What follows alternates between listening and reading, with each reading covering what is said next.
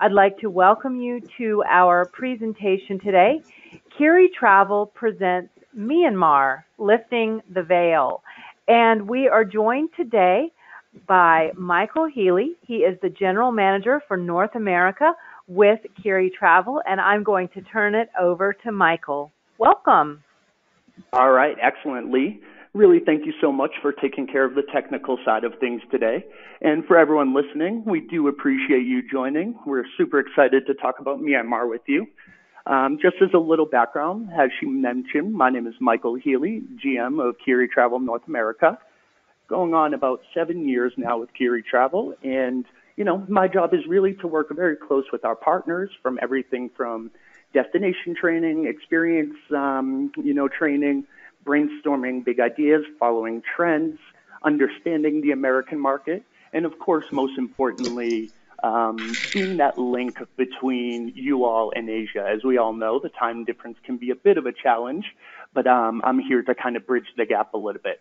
And with me today, we also have our lovely general manager from Myanmar, Melissa Tan. And so, Melissa, why don't you tell them a little bit about yourself? Hello there. Good morning, Americas. My name is Melissa. Thank you, Mike. Thank you, Lee.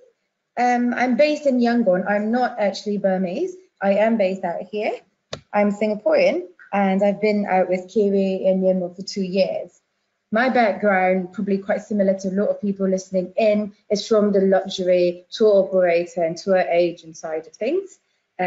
So basically, a lot of any sort of pains that you guys go through, I would have experienced firsthand. Khiri was my DMC for Myanmar for a large number of years before I decided I wanted to go move over and figure how they did it. Thank you. All right, perfect. And so for the folks listening today, I think a lot of you might have a general idea about Khiri, but just as a little reminder, so we are, of course, in Myanmar, but beyond that, we are also in Thailand, Cambodia, Laos, Vietnam, Indonesia, and Sri Lanka. What Khiri really prides itself on is, taking a left when everyone else goes right. We really want to create unique, genuine interactions between our clients and the country that they're visiting. We're very anti-mass market tourism. That's wonderful for a lot of folks, but for the people that we tend to work with, their clients are looking for more. So throughout this webinar, you'll see how we do that in Myanmar. And as you can see, we have here our core values: think global, act local. So of course, that's the key ability to take all our local expertise and then bring it to our global audience. So this, provides a really perfect, all-encompassing experience for your clients on the ground. In general, we're going to talk next about what separates Khiri Travel Myanmar, what makes it so special. Of course, we're going to focus on Myanmar today, but in general, this is really our philosophy across all the destinations we work. So, Melissa, if you might be able to let us know, what do you think, separates Khiri Myanmar from the rest? So the list you're looking at in front of you was what I wrote the first week that I joined Khiri, moving over. I found that every time a DMC came knocking on my door, they said they were the best. And being a little bit more cynical, I said, I've heard that before. I need to know the facts. And so when I came to Khiri, I sat down and I put down this list of USPs, which brought me over and helped me bring my Myanmar business over in the first place. Khiri we genuinely love our people. We love our communities. We want to find a way to showcase that and, of course, do it in a way that's very inclusive and not at all contrived. 24-hour email responses in Myanmar. Literally, if someone can't reply in 24 hours, they bring the email to my desk and we talk about it together. Competitive, sustainability, travel life. We were the first here in Myanmar and we are used as best practices for the smaller DMCs that are up and coming. Small local businesses and enterprises make sure that we are very competitive, and also the loyalty that we have, the buying that we have from people on the ground is second to none. Flexibility, up to date, 24-hour emergencies. These are stuff you would expect from a good DMC. Absolutely. And so I think that what's really special is, I've been to the downtown office in Yangon many times, of course. Love all my colleagues there. And I think that, the diversity within the office is really what makes it special, and it's what allows us to tap into their local connections, their, passion for their specific region. So can you tell us a bit about the offices as well and the people working? Oh, absolutely. This is a brilliant picture. So you're looking at most of our staff. We've got about 38 of us in 3 offices just downtown in the same building. And of the 38, you're looking at people from more than 20 different ethnic groups, the minorities, the big ones. We've got people from tiny village groups that nobody else has ever seen. We're so proud of having them, and we encourage the diversity. We encourage the celebration of that, and people bring their traditional outfits, their traditional food, their celebrations to the office, and it's something everybody partakes in. Yeah, and it makes a really, it's a perfect microcosm of what Myanmar actually is and what we intend to show of our guests. Of course, sustainability is, key to many of the things Khiri Travel is doing. As you'll come to find out, that's truly involving the local community, creating local entrepreneurs, as Melissa said. And as she mentioned, we're Travel Life certified. We donate water wells in Bagan, 32 and counting, as noted here. We've set up a Burmese Star Tortoise project, which I've personally visited. That's outstanding. The Bagan Plastic Campaign, which is going around every dollar or every client who goes to Bagan, $1 goes towards that and picking up, clearing plastic from the roads. And, really just creating a, microfinancing these communities through the tours that we do. So that's a key pillar of everything we're doing, which is, not only beneficial for the community, which is very important for us, but of course our clients come home loving it. They're really getting in touch in a genuine way that they might not with other folks. So as you can see here, Myanmar is quite massive actually. And, Melissa, I think you've traveled all around, even more recently, spent 3 weeks in the far-flung places of Myanmar. So I don't think there's, many people who actually know Myanmar as intimately as she does. So, you're really getting, the information right from the horse's mouth there.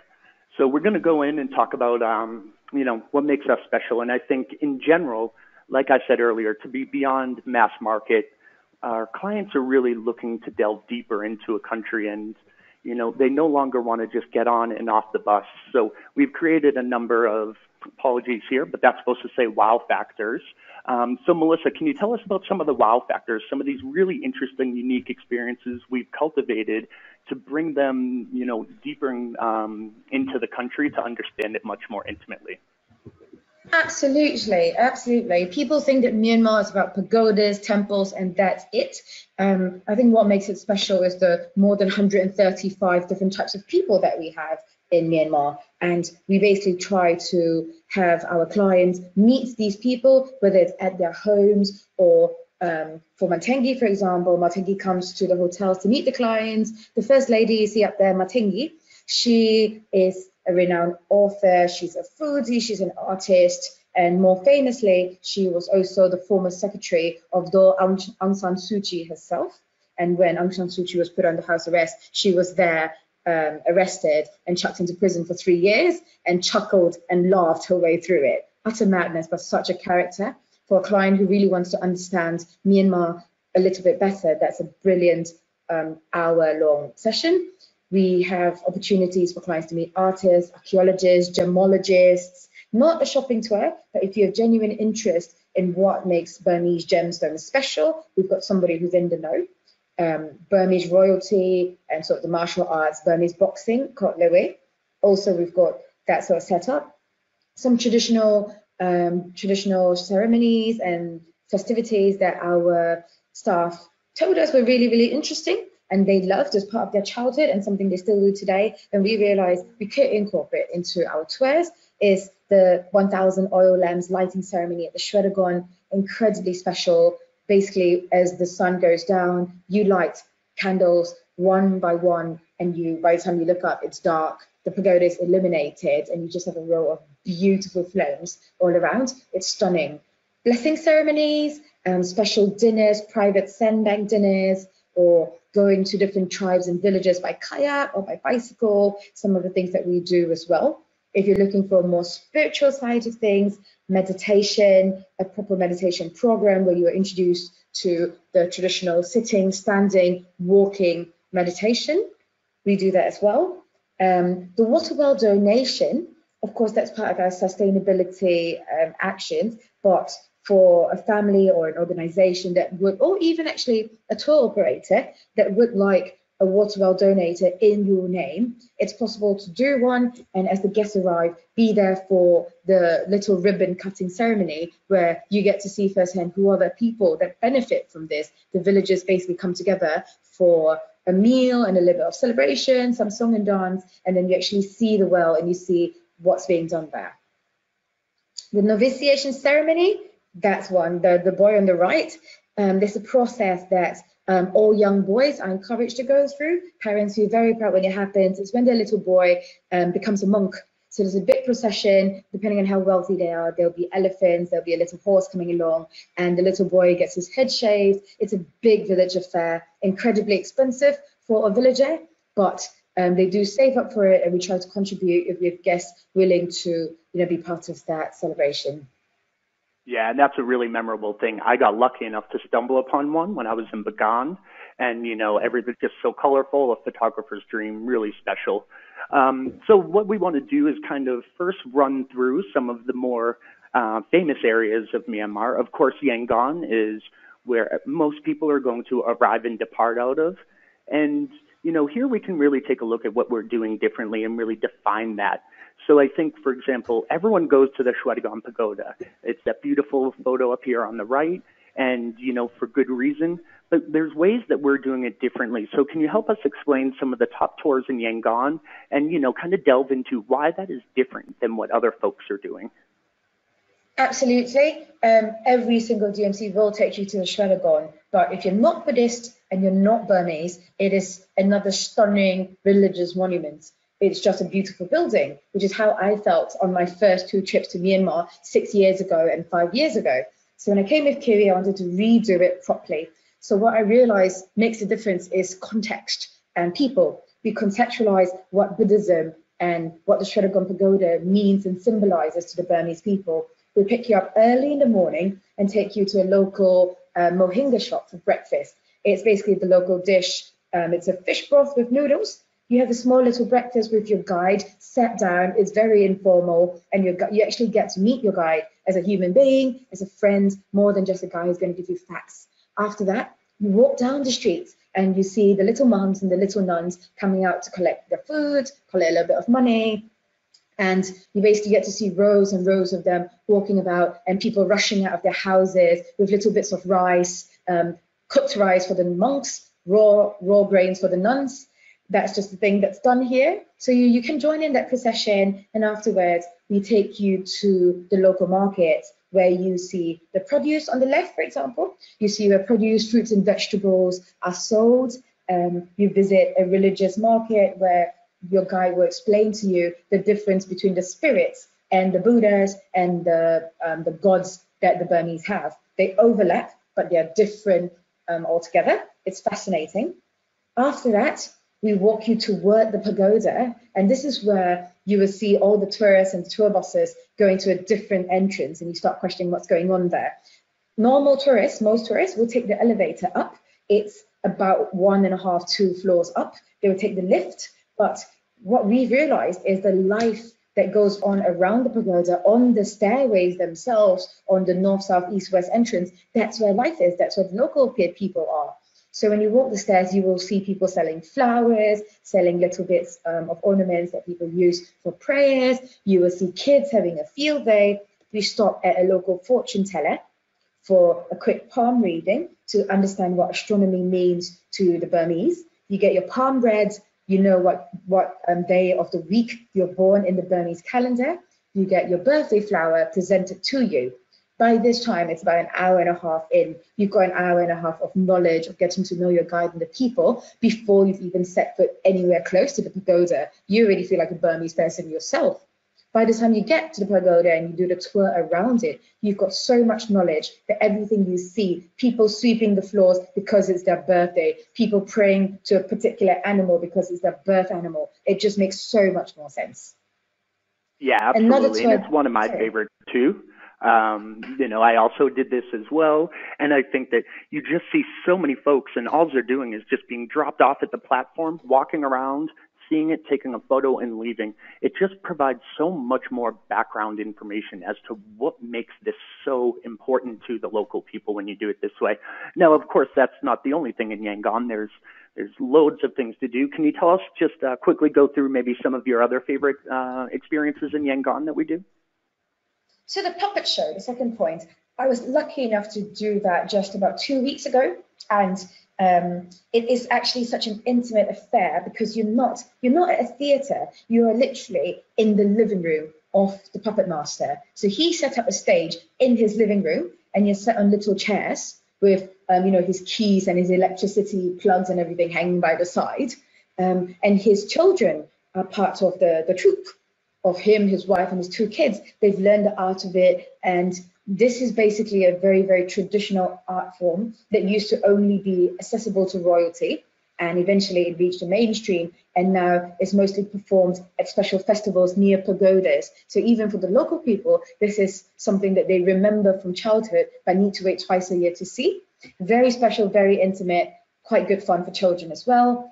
The walks that we do around downtown, a lot of them are centered around the colonial buildings, the old architecture. It's a sort of couple of hours walk and it ends with a very nice sort of cocktail. So you've got your nice modern touch to it as well.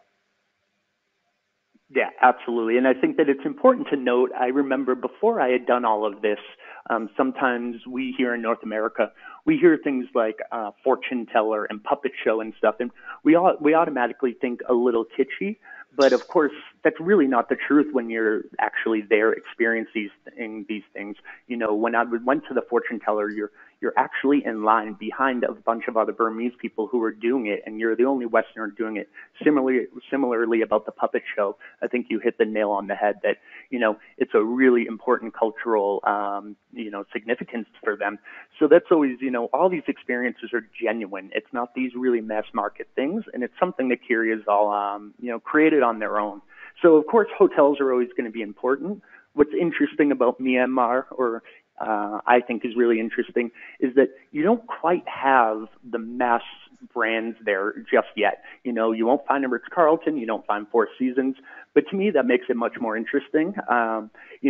I'm a sucker for a historical hotel, so I do love the Strand. The Belmont has history to it. So can you just tell us a little bit about some of the hotels in Yangon? Yes, quite quickly. In the luxury market, the luxury end of things, we haven't got that many options.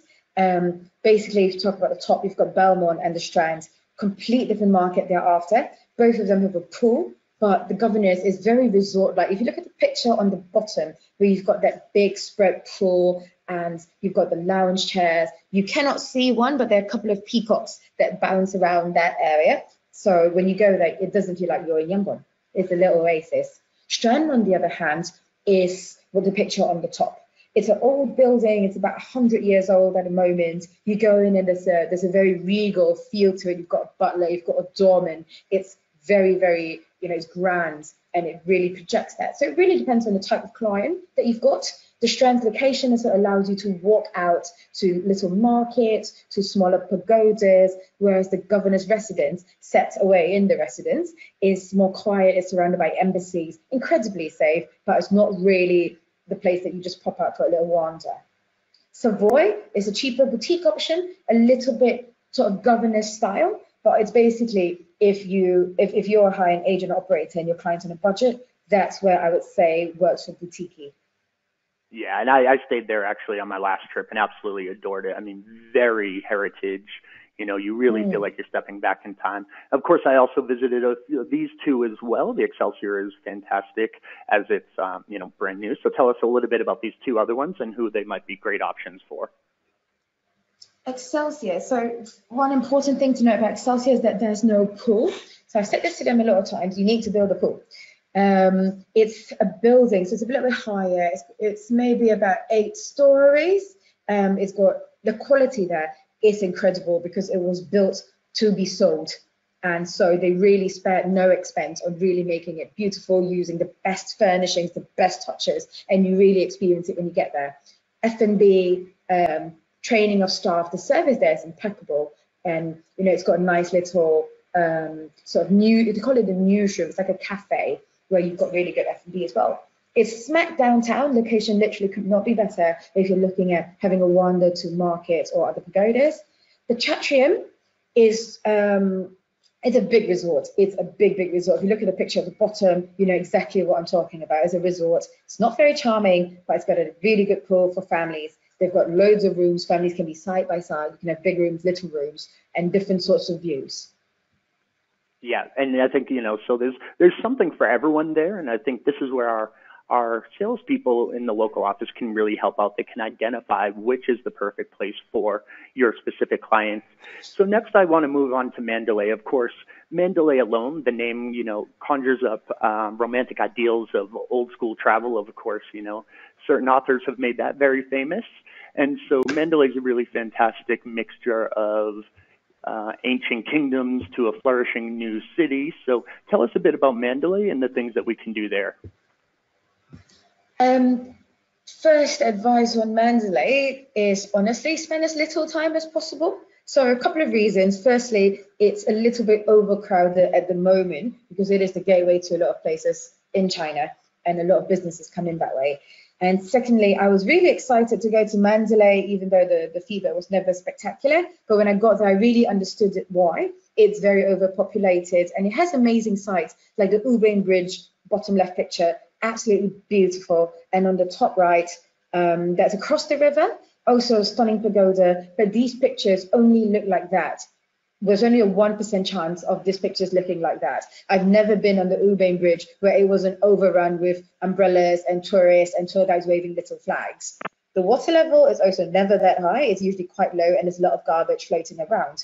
So I feel like Mandalay has been romanticized a little bit too much. And basically it becomes underwhelming compared to the other places in Myanmar. One tip about selling Mandalay I would give is try to place it before the other places in Myanmar. So put it before Bagan and Inle. So start with the one that's a little bit more underwhelming, and then it just builds up and gets better from there. Also, the next I will show you, the hotels in Mandalay are also not, you haven't got that many to choose from. So yeah, the hotels, and I think that's a really important point to make is that, you know, Mandalay is super famous and everyone will, you know, ask you about it. And while, you know, we can enjoy it, I think, you know, we'll just be very honest with you. Melissa, you know, she's blunt. And we do love really that. Well, and I love it because, you know, we want your clients to have the best time around. So we like using it more as a gateway. And as you can see here, we do have these hotel choices, but I think they really pale in comparison to places like Bagan, Inle, and Yangon. Is that right? Yes, absolutely. And also, we're all in the same industry. I think it's better for us to be open with each other and tell the truth, so you know what to say to your clients. So in Mandalay, I mean, this is not only from Khiri. I've spoken to some of the other DMCs about Mandalay, and we're like, what do you use? And we looked at each other's products and all go, all right, so nobody's got anything good here. So the hotel by Red Canal is the most boutique 4-star option. It's got a nice pool and it's really quiet, but the rooms are very small. They are surprisingly small for how lovely the property is. Rupa Mandalore is the one that ticks all the 5-star boxes. It's big, it's got the big pool and all the works. Extremely patchy service, extremely patchy F&B. They're not a reliable hotel and it's getting a bit tired. Mercure Mandalay is a business hotel.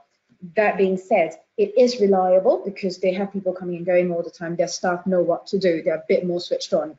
And so even though the rooms are underwhelming and it is a giant hotel, for 1 or 2 nights, it serves a purpose and they've got a good pool. Yeah, exactly. And I think, you know, and that's what Mandalay is great for. It's a gateway to a lot of different things that we'll talk about later. But so it's really just good to understand the lay of the land there. Next, we're going to talk about which is arguably probably Myanmar's most famous area, definitely the most photographed one for sure. and that would be Bagan, known for its ancient temples, very similar to Angkor Wat in Cambodia, although with far less tourists. When I was just there, I really barely saw any other tourists. Obviously we're going to go around with an expert guide who's going to be able to tell you the history of Bagan and the temples, and you're going to get your stunning photos, no doubt about it. But I think what's really important to me is too many folks are just going into Bagan, walking in and out of the archaeological site, and they're not, seeing anything else around it. So I think what Khiri has done is really special, which has involved the local community to not only spread the wealth of the tourist dollars a little bit, which is a key pillar to, sustainable tourism, but also gives our clients something different to do. So Melissa, would you tell us a bit about some of your favorite experiences in Bagan? That's the thing about Bagan. Everybody thinks Bagan only has temples. Bagan has 3,000 temples, absolutely, and everywhere you go there's different pagoda for you to photograph. But Bagan is smack in the middle of the dry zone that produces a lot for the country. It produces a lot that they ship out or they drive out, and there are lots of villages pocketed around Bagan. So what we try to do is have people stay 2 days, one of which they will do the main temples. They will see the highlights, but the way we arrange it is such that you avoid the tour buses. When we know they're there, we go to one of the other 2,999. We're all right for temples. So that's what we try to do firstly. And I'm just going to go through a couple of these excursions because these are the ones I found the most special that we do. So Bagan food. This area is great for different sorts of dry foods, and they cook in a different way from Yangon, Inle, Kalaw, anywhere else. So we do a Bagan food day where basically you start at the markets and you go around with your guide before ending off at lunch, where you have a table set up for you and your group with about 20 mini dishes for you to sample. If you've got anybody who's a foodie, I'm going to say this is a must do. It's going to be arranged by sweet, salty, spicy, bitter, all the sorts. And the guy will explain to you what these are, what it's made of. It's quite fascinating. If you've got kids and you don't want to do 20 dishes, the picnic lunch among the ruins is another must do. It's a private, entirely private picnic set up. You're surrounded by the ancient temples under a big shady tree. What's great about that is your guide is not too far away. So if the grown-ups want to have a chatter with him about history, they're free to do it, and the kids can run, can play. Temples and pagodas in Myanmar are not precious. You don't have to sit down and put your hands on your lap. You can run around, you can scream, you can laugh, the kids can roll. It's very, very casual here. Biking without temples or e-biking without temples is quite a fun one for day 2. We focus on villages and markets. We take you to meet the people behind the temples that people forget about that they're there. People think there's just temples, nothing else. Well, no, there are lots of villages across the river. We're going to take you there. If you don't want to do the biking, we'll take you by Jeep Safari. Similar sort of setup where you go to different small local workshops where they are basically creating products for local use. Again, not a shopping tour because they're creating things like horse cart wheels or giant clay pots. Sundowner River Cruise. Yeah, it's a big pot. You're not taking that home. And it costs you about 60 US cents. Sundowners on the river. Now this one is something that can be quite special. So you do a sundown on the river, and if you'd like, we can finish it with a private sandbank dinner picture on the left. It could be a surprise. We've had a number of proposals here. Nobody's ever said no, else we'll just leave her on the island. Or you could do it as a group setting. If you've got 20 people, we set up the talk chairs. It's really good fun. Kids can go nuts, play football out there. It's brilliant. Picture on the bottom left, that's the Bagan food day, where you've got all dishes to try. And on the right is the Jeep that we take you out to the Jeep Safari. This is us giving way to an ox cart. Yeah, I mean, it's really, really going local, and I think just adds another element to your tour in Bagan. Of course, the temples are grand and they're fabulous, and you should go see them. I mean, they're really jaw-dropping, but I think it's the perfect way to mix it up so you don't get temple fatigue. Of course, Bagan also, hotels are going to be important there. Similarly, you're not going to have the super high-end, ritzy hotels that you have in neighboring Thailand or anything, but really beautiful boutique places. Specifically, I love Bagan Lodge. Brilliant. First thing you need to know about Bagan, again, it's in the dry zone, which means it's very, very warm. Even in the winter, it's very, very warm. I generally refuse to go unless I have a pool. So these are four of our favorite hotels. Two of them, the first two, Bagan Lodge and Orion Palace, are the higher end options, and I've given two sort of 3-star plus boutique options, and I explain why. Firstly, despite what it says on the internet, none of these are 5-star options. None of these have 5-star service at all. Bagan Lodge is by far the most consistent and good value. They've got large villas and they do have interconnecting ones with a good pool. Orion Palace is absolutely the most famous there because of the temple view pool. If you just Google it, you'll see this beautiful picture of the swimming pool overlooking temples. It does look like that, but it is very, very dated. If you're talking about any of the finishings, it's old, it's tired, and basically the company that owns the Orion Group is not one that pumps a lot of money into maintenance, no matter what we've given as feedback.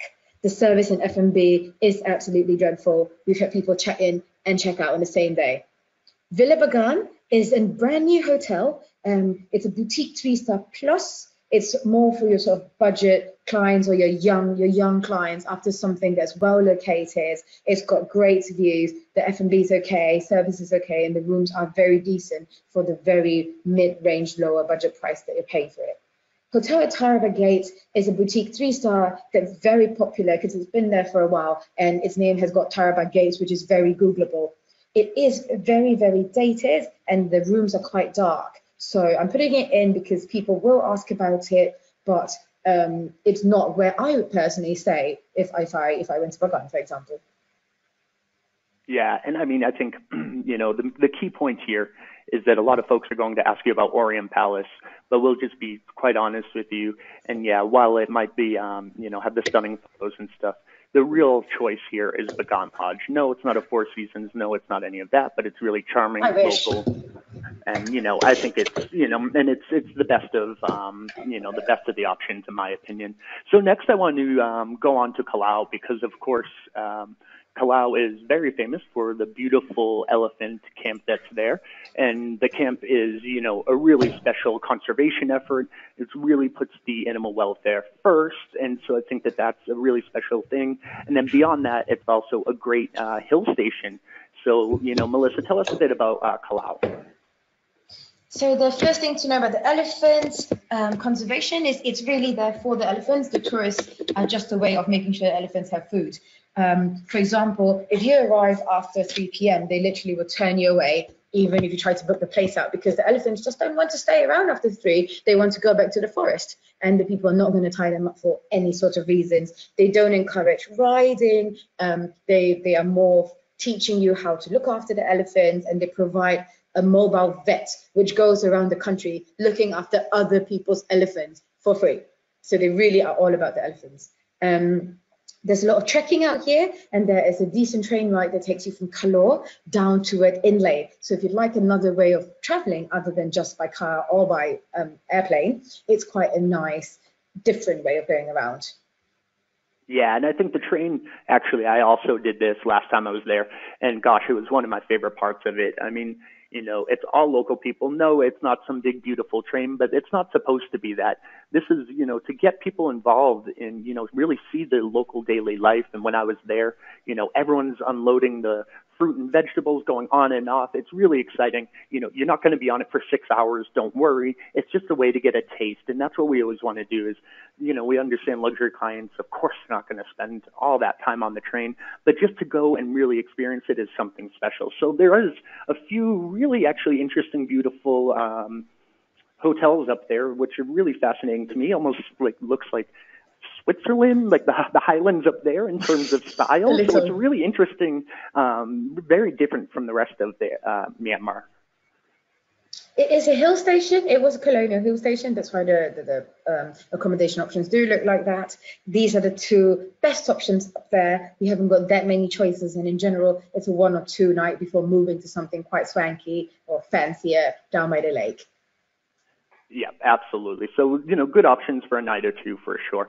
So next we'll go to Inle Lake, one of the best things about Myanmar, of course, is, of the traditional route, Yangon, Bagan, Inle Lake, it makes a beautiful combination. You get city feel in Yangon, you get ancient history in Bagan, and Inle Lake, you get drop-dead gorgeous scenery. So let's go through a bit about Inle Lake. Everyone is going to go on the lake, and there's no doubt about it that that's, a highlight of the trip. But I think what a lot of people ignore, again, is places in and around the lake, not necessarily just going to the floating gardens. And while they're beautiful, Absolutely. so let's talk a little bit about, so we've got to be mindful of time here, but talk a little bit about let's go with two of your favorite experiences on Inle. Absolutely. Same thing with how Bagan is more than temples, Inle is more than lake. And I think right now my favorite excursions, one of them would be hop on hop off biking, where basically you go bike boat up the bank of the lake, which nobody sees. Literally, when you do that, there isn't even a single tourist who's doing that route because the lake is huge. The lake is very close to the size of my home country. It's a very big lake, and there are parts of it that tourists just haven't even found.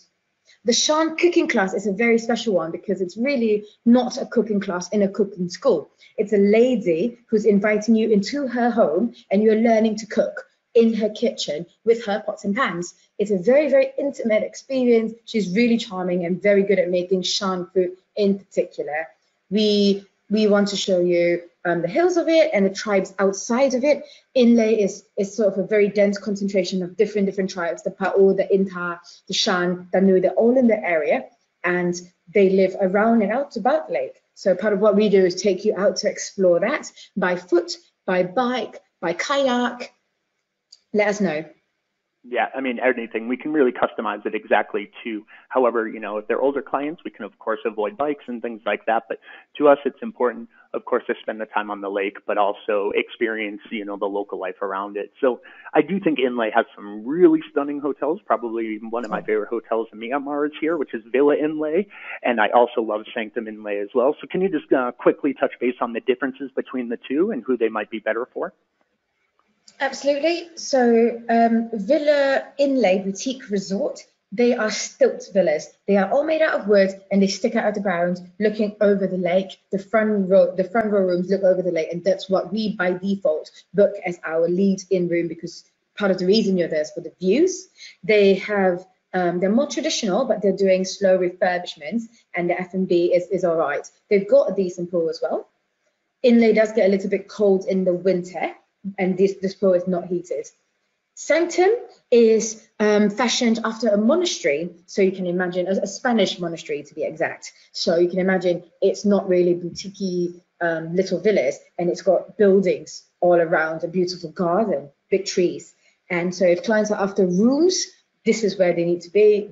Sanctum comes in at a really good price point for the quality you get. They've also got incredible F&B and service. They're probably arguably some of the best service and F&B you'll get on the lake. However, if the clients are more concerned about what the room looks like and the feel of it, then maybe Villa Inle is a better traditional option there. Yeah, and the food, last time when I stayed at Sanctum, the food was really delicious. And, they can mix a cocktail. I spent a few hours there after my touring. So then there's, of course, other ones that we can, just again, in the name of time, that, we can always talk about later. But of course, there's the Inle Princess Resort, which is the really famous one, been around for a long time, but, as Melissa has said previously, kind of a bit dated now. But again, we can get into all that because I want to move on to, not many folks consider Myanmar a beach destination. And, we don't want to make it a beach destination either, but people need to know at the end of their holiday, if they want to relax, there's actually a few really fantastic places to do it. Of course, here you've been just recently with the team, right? I think on a team getaway. So tell us a little about Ngapali. So Ngapali is a very, very easy one to get to. You can fly from most of the main tourist destinations directly there, and from the airport to your hotel is anything from about 10 to 35 minutes, and it's all done by the hotel themselves. Once you get there, hotels are all smack on the beachfront, and it's a beautiful white sandy beach. The picture on the top right was taken from my Samsung phone. No hashtag, no filter. That's literally what it looks like. It's not a private beach, but because it's relatively difficult to get to, you don't get the backpackers, you don't even get the flash packers. because you have to fly there and you can only stay in one of the hotels on the beachfront, which is not going to come extremely cheap. So you really have a large stretch of beach without too many people in your photographs or running around the beach with you. Hotel-wise, just a couple of them that we've got, the Sandaway, Art of Sen, and Yoma Cherry. There are a lot of hotels out there. I would say let our team give you a recommendation. Maybe if your client or you have found something you like, let us know. We'll give you our honest thoughts on it. They are as honest as I am. They're very much welcome to be. But these are the three that we found: best value, best consistent quality, and decent F&B, really good F&B perhaps. That's Sandaway, Art of Sen, and Yoma Cherry. Yeah, all beachfront. You do not go there to hide in the trees. So you don't get the overcrowding here as you might in more popular destinations, which I think is really important because, you know, if we do the trip right, they're going to have such a great in-depth cultural experience that, you know, perfect place to just go relax and take it easy for a few days. One of the key elements of Khiri travel is, of course, getting people off the beaten path. Now, I'm not quite talking about going out and sleeping in tents and things like that, though we can do things like that. But to us, it's always important to fight over tourism and to involve local communities who aren't perhaps seeing the tourist dollars, is to get people off the beaten path a little bit, even if it's just a night or two as a connector. You know, I hate when I hear that so-and-so needed to leave the village because they didn't get any tourism dollars, so then they have to move to Yangon or Bagan. So it's really important for us to get people off the beaten path. And here we'll talk about some of our favorites. When I was just there, I did Kayah State, which is really fantastic and easy to connect between Kalaw and then Inle Lake. So Mel, why don't you tell us a bit about what makes Kayah State special?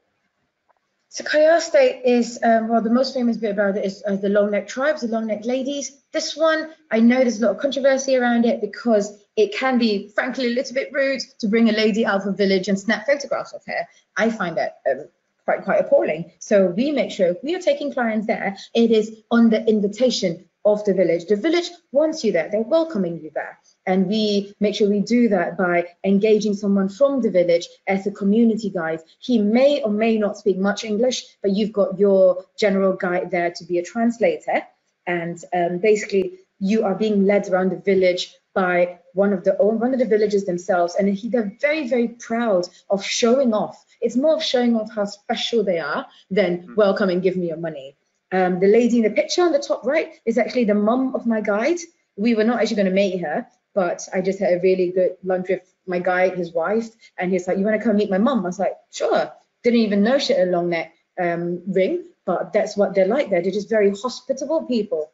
And the bottom left corner, you see the rings around that lady's knee. That is basically made out of string, cotton yarn, dipped into lacquer, and they wrap it around their elbows and the knees. Different tribe, again, very, very proud of what they do, would love to share it with people. And when we invite you in, clients don't get a sense of being intrusive at all.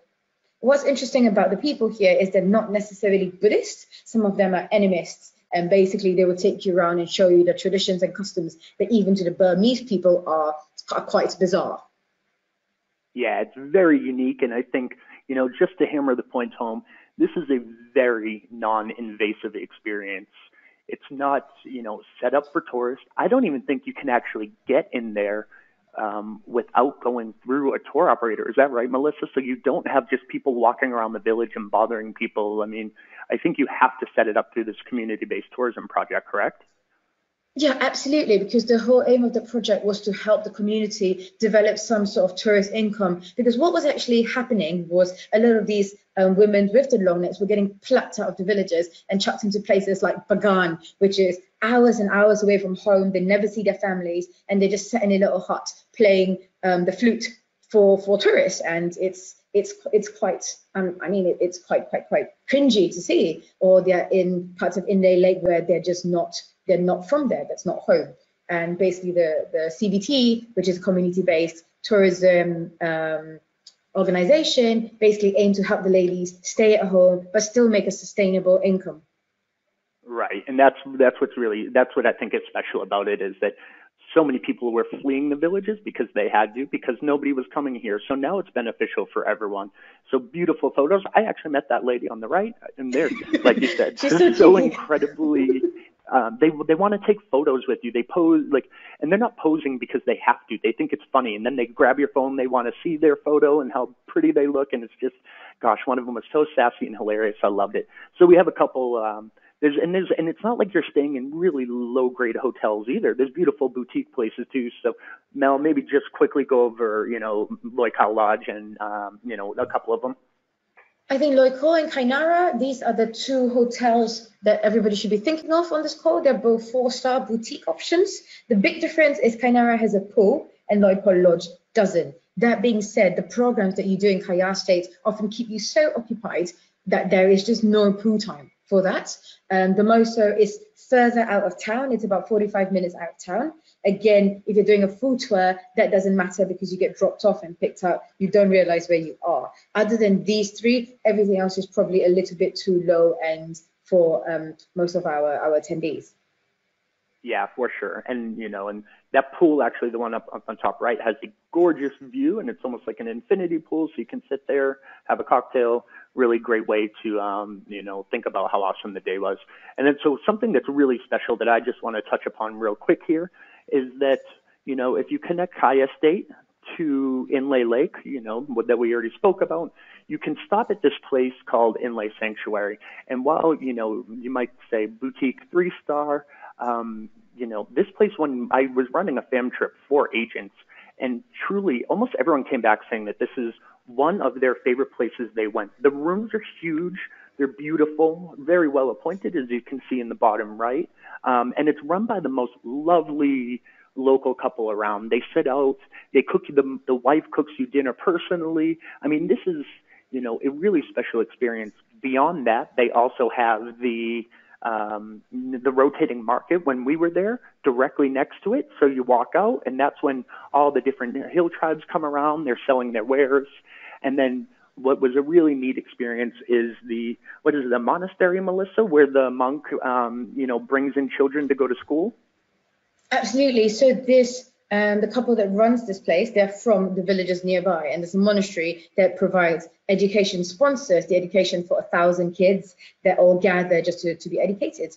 So it's very famous in the region. They also source everything very, very locally. It's just a very sustainable way of doing business out there. Right. And we got to actually sit down with the monk. We were lucky enough, and he's very personable. He'll sit down, tell you his whole story about, how he cares about the local community. So really very special experience, great for one night. Speaking of one night stops, again, what we want to do is encourage people to get off the beaten path a little bit. And so Yandabo is a really fantastic one that connects Mandalay to Bagan. So can you tell us a bit about how you do this experience and why you should do it? One way of connecting Mandalay to Bagan, so you've got the boats, you've got the planes, but if you travel by land, that's when you see the people in between. That's how we spread out the tourism dollar a little bit better as well. Yandabo Home is a small boutique hotel. There's nothing else in the area for you to stay in. Look at the pictures, they're absolutely beautiful. And what's quite fascinating about this is just across the river is a village with 1,000 buffaloes. They've got 1,000 water buffaloes, and I promise you that is quite a sight. They are also home to the pots that you see in the bottom right corner. Yandabo pots are famous around Myanmar for being very good quality, local pots where people drink out of. And for just one night or 2 nights, actually, to slow down the journey, it's a beautiful stop where, aside from people staying in Yandabo Home, it is literally impossible for you to meet another tourist because the local buses don't stop there and tourists cannot get there aside from it. You can do village walks, you can go cycling or go on a little boat ride because just in front of their hotel is the river. Yeah, absolutely. So Mel, again, I'm just in the interest of time, so we can do a little Q&A here at the end. I just want to, I think probably our last slide here is going to be to talk about the Mergui Archipelago a little bit. Of course, I mean, this is truly, this is the dream of, exoticism on the coastline. So this place is gorgeous. It's not very well known. because of course there's just not many ways to explore it. There's not development. So that's of course the blessing and the curse behind it. But we do have a new star that has just opened up, which you have stayed at, which is Wa'ale Resort. So I think that a lot of our clients would adore this place. So can you tell us just a bit about Wa'ale before we go into the Q&A? Oh, this place is a dream. So having worked in the Maldives and been to Maldives many, many times, this was the place that reminded me of that mini home the most. The sort of beachfront tented villas, and sort of, you walk out and it's just pristine. The conditions out there are perfect. It's powdery white sand. There's not a single soul in sight. There's no litter. The wildlife there when you go diving, the fish come to you because they've not seen any other divers. That's a very, very new experience. They've only got about 10 to 12 units at the moment. It's a very, very small property on a massive piece of land. And so the service, the F&B is tailored to you, it's tailored to your desires. You reach on the first day, and on the second day, they already know how you'd like your coffee served. I would say for this property, my advice is definitely go for the beachfront tents over the tree houses, because they are two entirely separate categories in terms of size, in terms of views, in terms of how luxurious they feel as well. One thing you would definitely need to remember for this property is, in line with how eco-friendly they are, there's no air conditioning in any of the units. Honestly, at night you're not going to need it. It is quite chilly. You get fans and there's a lot of sea breeze coming in. But if you're looking at taking a mid-afternoon nap at sort of 2 p.m., that's going to be a little bit of a challenge. That being said, they've got a lot of activities that take you to nearby villages to meet the local people, or you're out paddleboarding, you're out going on scuba diving trips, you're hardly there. But if clients do ask, there is no aircon, and I cannot imagine that they're going to plant that anytime soon. It's very seasonal, only from October to May, but I'd say probably start selling it late October, because you never know how the rains act. And sort of late April, first week of May is as late as I would willingly go. Right. So it's good. It's a good idea to just be conservative on that and not use it all the way. Yeah. And so, I mean, as you can see more photos, just really, really stunning property. So there's other things that unfortunately we don't quite have time to, including the cruises, further 2-day, 1-night trips. So, we've really only scratched the surface today, and you're always, we encourage you to reach out to us, because there's so much more for us to talk about. With Khiri Myanmar is starting to come back, so that's really wonderful. And we really can encourage you guys to come, encourage your clients to come enough. So right now we're going to open it up to the Q&A and hopefully get a few in, as I know time is limited. But yeah, Lee, do you have any questions for us? Yes, I do have some questions for you. We had this that just came in about visas. What are the visa formalities for U.S. citizens? The visas are extremely easy at the moment. It's an e-visa link. It takes you approximately 10 minutes to complete end-to-end, including your $50 payment.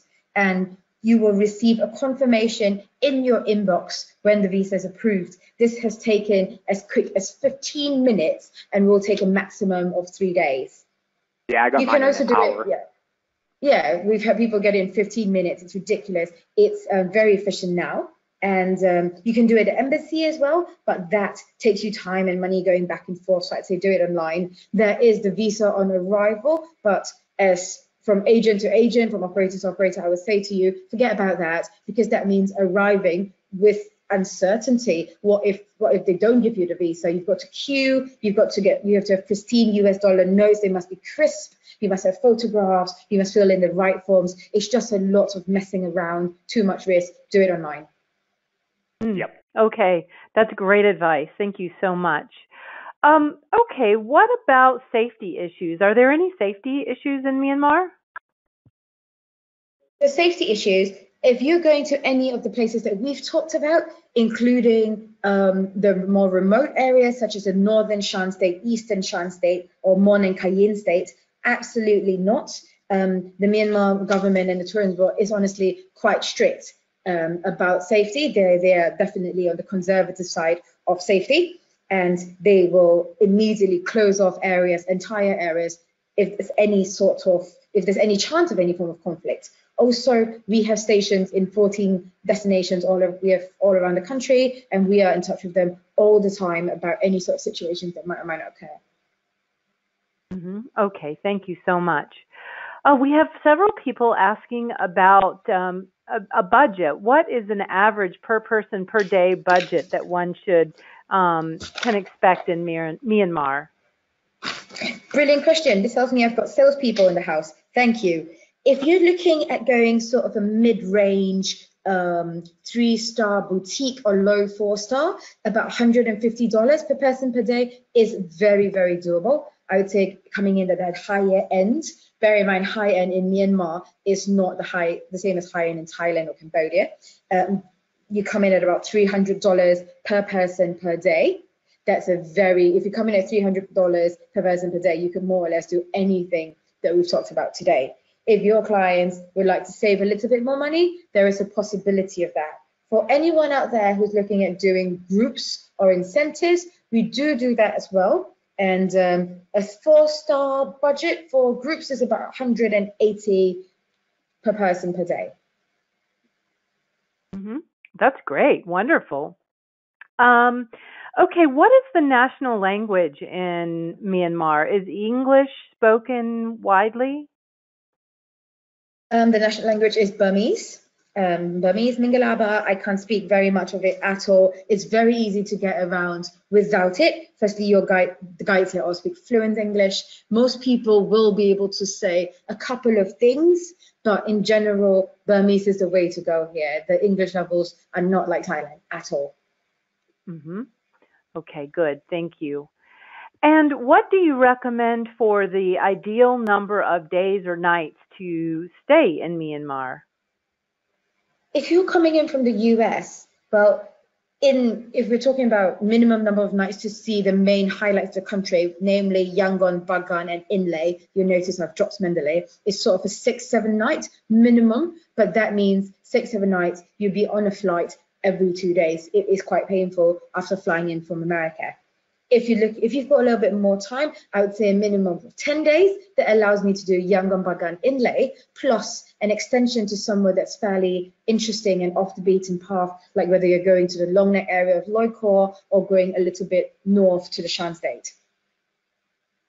Okay, good. Thank you. And the guides, do you have one guide throughout, or will you be with a different guide in each location? The ideal is for you to be with a different guide in each location, and there are a number of reasons for this. Firstly, Myanmar is a huge country. There are 135 different ethnic minorities. It is completely unrealistic to expect any one guide to know about every single tribe. And so when you have a local guide, nobody's going to know his area, nobody's going to be as proud of his region as he is. The way we work is for the same guide to look after you in the region, picking you up from the airport and looking after you till he watches you walk through the departure gates. And then the moment you walk out of the next set of arrival gates, somebody will be there.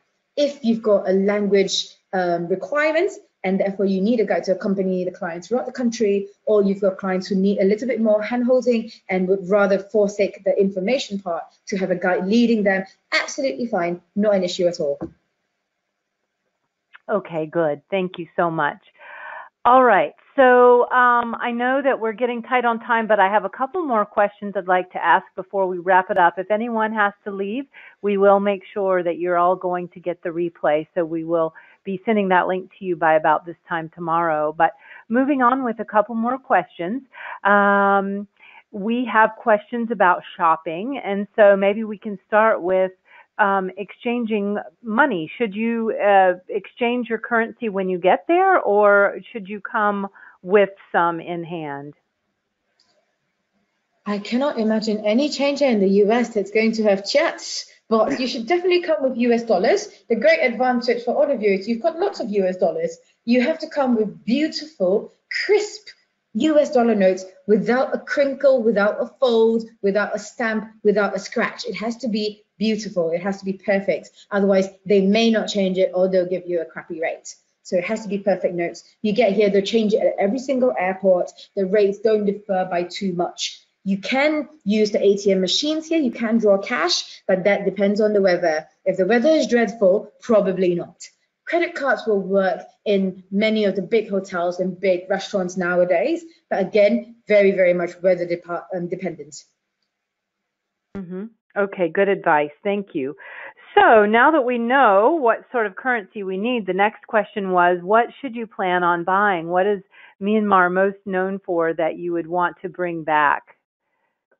Myanmar is known for different things in different parts of the country. So in Yangon, you do have Myanmar. Myanmar is famous for gemstones and jade. It's the side of the ethical side of it is an entire debate on its own, but that's something that people do purchase in Myanmar. Very high quality, very trustworthy people are here selling that. Another very Myanmar product is lacquerware made in Bagan. Extremely high quality and durable. They are beautiful boxes, jewelry holders, cups, plates, ware, you name it, cabinets. They make it out of wood or bamboo, and they put lacquer over it. 18 layers are the good quality ones. They can paint it in gold. They can paint it in traditional colors. You get a lot of beautiful fabrics that you can bring back as dresses, or you can get them tailored when you get back home. It's all a lot of it's hand woven, and as you can see from the picture in front of you, every tribe has a different design, and based on the one you're wearing, they know exactly where you got it and where it's from. I love that. All right. Well, I would ask one more question. Any unanswered questions I will send along for some follow-up after the webinar. But can you combine Myanmar with other destinations? Brilliant question. That we get asked that a lot, actually. We are often a standalone destination because we are so big, and it's very common for us to organize trips that are 2 weeks or 3 weeks in length. We've got a lot of activities for people to keep people busy. But if clients do want to combine tours, we can easily combine to Bangkok to Phuket via connecting flights over to Cambodia and Laos. That's quite easy. We have flights over Singapore, Malaysia side as well. But in general, those are the main flights. If clients want to connect by land, which is a little bit less frequent for the US market, we can connect via Tachi Lake, which leads you to Chiang Mai, Chiang Rai, where you go to sort of like the Four Seasons tented camp sort of area. Yeah, that's quite a popular one that we do often, is just fly over there and then you take the quick border crossing. The guides will help you out with all of that, and you're right there to the Four Seasons tented camp on entire Golden Triangle or down to Chiang Rai. And either from there you go on to northern Thailand, or even hop a boat down the Mekong to Laos. So, it's actually, I think we're starting to see more and more multi-country trips with Myanmar than I'd seen before. So I'm happy somebody asked about that. And of course, as you mentioned, tons of connecting flights as well. Good. Okay. Well, I'm going to stop there, Mike and Melissa, and I will turn it back over to the two of you for closing comments. Perfect. Well, again, Lee, really appreciate it. Always appreciate your help in assisting us in getting the webinar together. It was a pleasure talking to you all today about Myanmar, and I hope you all learned something, feel a bit inspired. So thanks for stopping by. One note is I totally blanked on putting my email address on there. And in case you have a pen, it's Michael, MICHAEL, at Khiri, KHIRI.com. I'll also send that in the thank you follow-up note, so no worries. But, I'm here in the United States. I'm a quick phone call away. Please feel free to reach out to me or Melissa should you have any questions. And again, thanks for stopping by. So, Mel, let you finish it off. Exactly what Mike said, except my email is melissa@khiri.com. We are very, very happy to answer any sort of questions. As you can tell, we both really like chatting, and we're very honest and passionate people. Myanmar is a very fascinating place, and I always think it's a place you need to experience to be able to sell. I traveled through Southeast Asia and decided to call this my home for a reason. And should you have the time and opportunity, I invite you to stop by and experience it for yourself. Well, thank you both so much. This has been just a fantastic webinar. I can't wait to review the replay myself, and I will definitely be getting all of that out to you with the follow-up email along with Michael and Melissa's contact information. And again, we thank you for being with us, and now we'll conclude our webinar. Goodbye, everybody. Bye.